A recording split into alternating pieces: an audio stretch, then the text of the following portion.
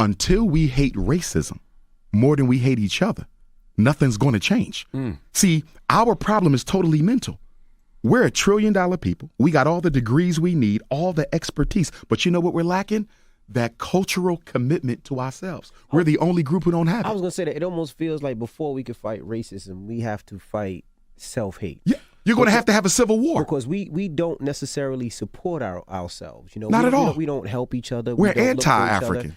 And a lot of times when, you know, it's difficult because it always seems like it's always a scheme. It's always something like we don't trust each other. We don't trust each other at all.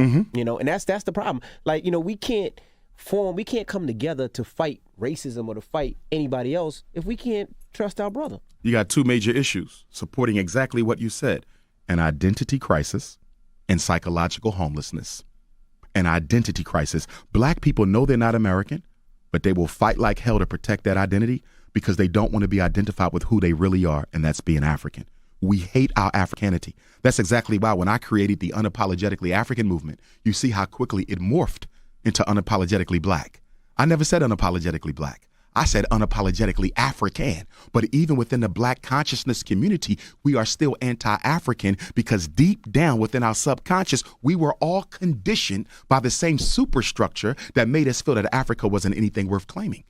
So the blackness is a step away from whiteness, Envy, right? But it's still 10 steps away from your Africanity. But we're raised like that. You know, as a kid, I'm not going to say my parents, but you always know when you get out the hood, you're doing well. When you live with the white folks, you're doing well. Exactly. When you have a lawyer and your lawyer's white, you're doing well. When you have a white accountant, you're doing well. That's so your standard of excellence is outside of your community. Absolutely. And we're the only people who have a standard of excellence, an ideal to achieve, that was created by our oppressors. See, my father used to always instill in me that, you know, black is beautiful, or he be listening to James Brown say a lot, I'm black and I'm proud, or we'd be wearing the African medallions, the Malcolm X hats. Like, he would always make me watch Elijah Muhammad videos, Farrakhan videos. So I always thought black was the shit. But when it came to business, I would always hear my father say, that's why you can't do business with no niggas. You know what I'm saying? All the time. Like, that's what would warp my mentality when it came to doing business. But as far as like just black pride, I was always like proud to be and black. That's the same thing. Yeah, you always had black pride, but when it came to business, it was like,